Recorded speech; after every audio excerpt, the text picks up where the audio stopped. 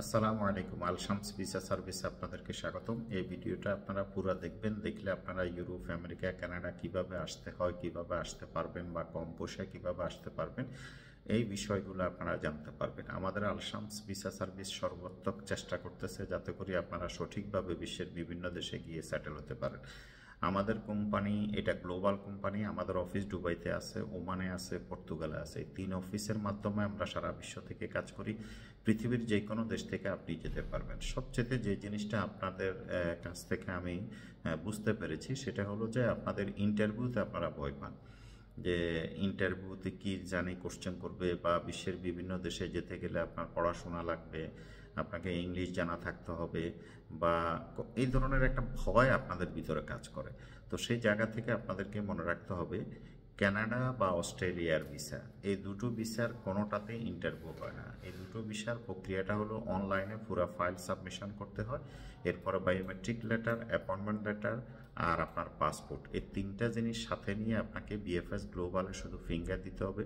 ওখানে পাসপোর্টে একটা স্টিকার লাগায় পাসপোর্টটা আপনাকে দিয়ে দিবে, তারা ফিঙ্গারটা নেবে। তো এইটা হলো কানাডা এবং অস্ট্রেলিয়া দুটোই সেম জিনিস।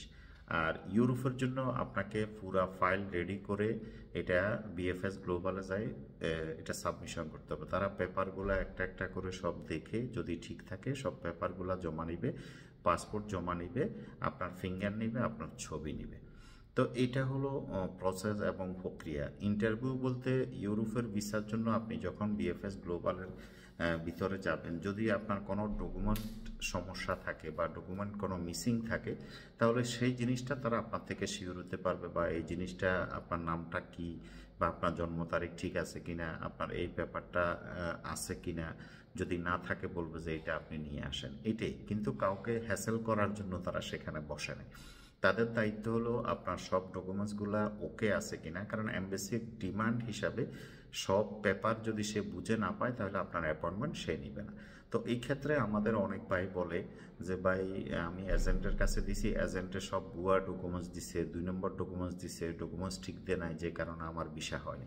কিন্তু আসলে এরকম না। আপনি 2 নম্বর দেন ডকুমেন্টস, কিন্তু অরিজিনাল হতে হবে, সেটা 2 নম্বরের অরিজিনাল হতে হবে, না হলে এমবেসি সেটা গ্রহণ করবে না এবং আপনার অ্যাপয়েন্টমেন্ট তারা নিবে না।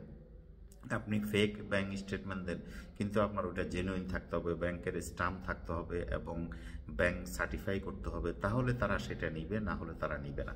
তো এটা হলো আপনাদের ভুল ধারণা। এখন বর্তমানে বাংলাদেশি পাসপোর্ট হোল্ডার যারা, তাদেরকে ট্যুরিস্ট ভিসা কম দিতে চায়, না দিতে অনেকগুলো কারণ আছে। সেটা হলো আমরা যখন অ্যাপয়েন্টমেন্টে যাই, আমরা আমাদের ড্রেস আপ, আমাদের কথাবার্তা, আমাদের চালচলন, আমাদের আচরণ, এগুলো আমাদেরকে কন্ট্রোল থাকতে হবে। একটা ব্যক্তিত্ববান লোক হিসাবে আপনাদেরকে প্রেজেন্ট করতে হয়।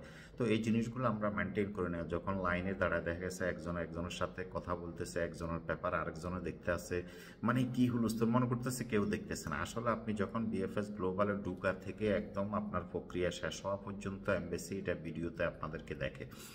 তো সেখানে আপনাদেরকে ভিসাটা দিবে কি দিবে না 80% ডিসাইড হয়ে যায়। দেখবেন যে প্রত্যেকটা রিফিউজাল লেটারে ইন্টেনশন বেশি দেওয়া হয়, ইন্টেনশন লেখে। ইন্টেনশন অর্থাৎ আপনি যে সেই দেশে গিয়ে আপনি ফেরত আসবেন না, বা আপনাকে যে তারা পছন্দ করে নাই, এটাই হলো এই রিজনটা হলো ইন্টেনশন। ম্যাক্সিমাম ভিসা রিফিউজ করে এই ইন্টেনশনের কারণে। আমাদের আল শামস ভিসা সার্ভিস আপনাদেরকে প্রতিনিয়ত ইনফরমেশন দিচ্ছে। মনে রাখবেন, আপনি যে কোনো এজেন্টকে গালাগালি করি আপনি কখনো সমাধান করতে পারবেন না। এজেন্ট ছাড়া তো আপনি চলতে পারবেন না, কারণ আপনি কাজটা বুঝেন না, জানেন না। তো আপনার দায়িত্ব হলো রাস্তায় হাঁটা দালাল বা যারা অনভিজ্ঞ তাদের কাছে না গিয়ে, যারা ভিসা কনসালটেন্ট তাদের মাধ্যমে আপনাকে ফাইলটা প্রসেস করতে হবে। ভিসা দিবে কি দিবে না এটা হলো এমবেসির ব্যাপার, কিন্তু আগে তো আপনাকে এমবেসিতে যেতে হবে।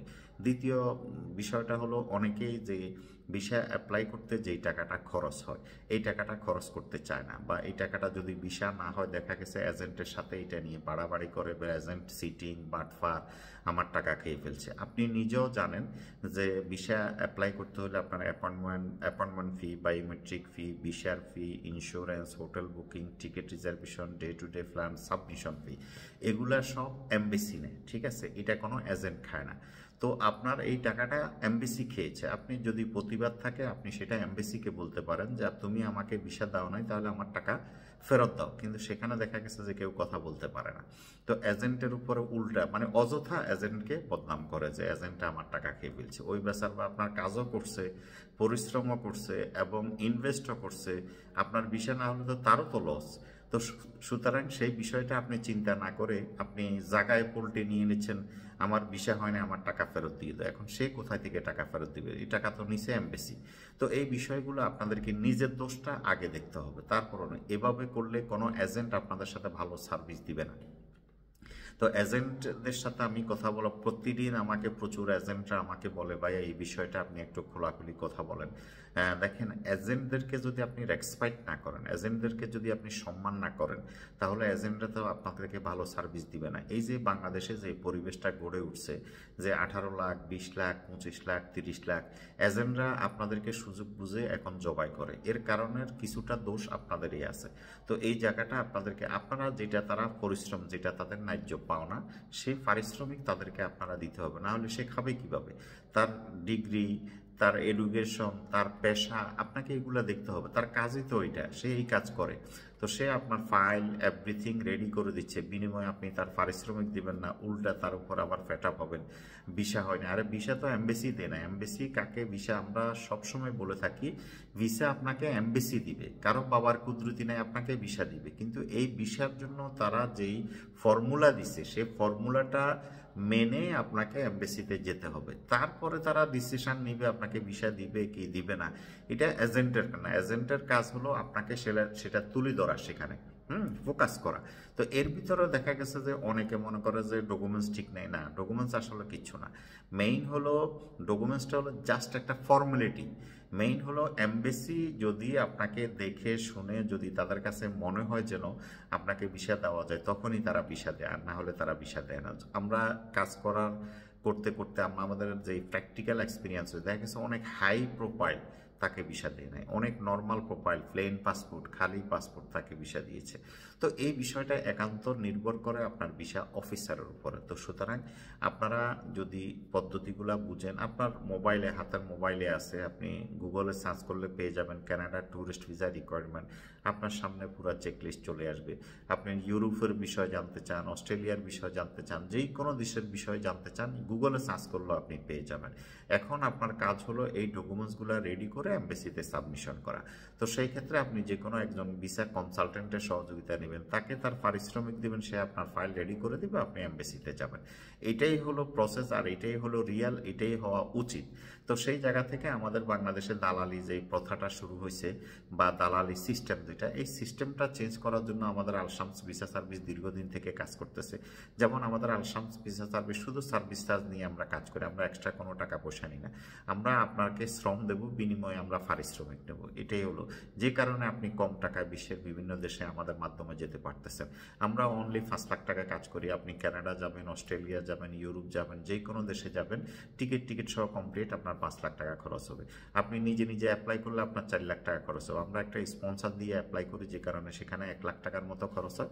টোটাল আমরা 5 লাখ টাকা নিই। এখানেও আমাদের 40-50 হাজার টাকা প্রফিট হয়। এটা নিয়ে আমরা কাজ, এটা প্রফিট না, এটা আমাদের পারিশ্রমিক। তো আশা করি ভিডিওটা লম্বা হয়ে যাচ্ছে, তারপরও আসলে এইসব কথা না বললে তো আপনারা বুঝবেন না। আমাদের উদ্দেশ্য হলো আপনাদেরকে সচেতন করা, আপনাদেরকে সঠিক সব ধরনের ইনফরমেশনগুলো দেওয়া। আমাদের আলশামস এটা একটা মানবিক কোম্পানি এবং মানবতার সেবায় আমরা কাজ করি।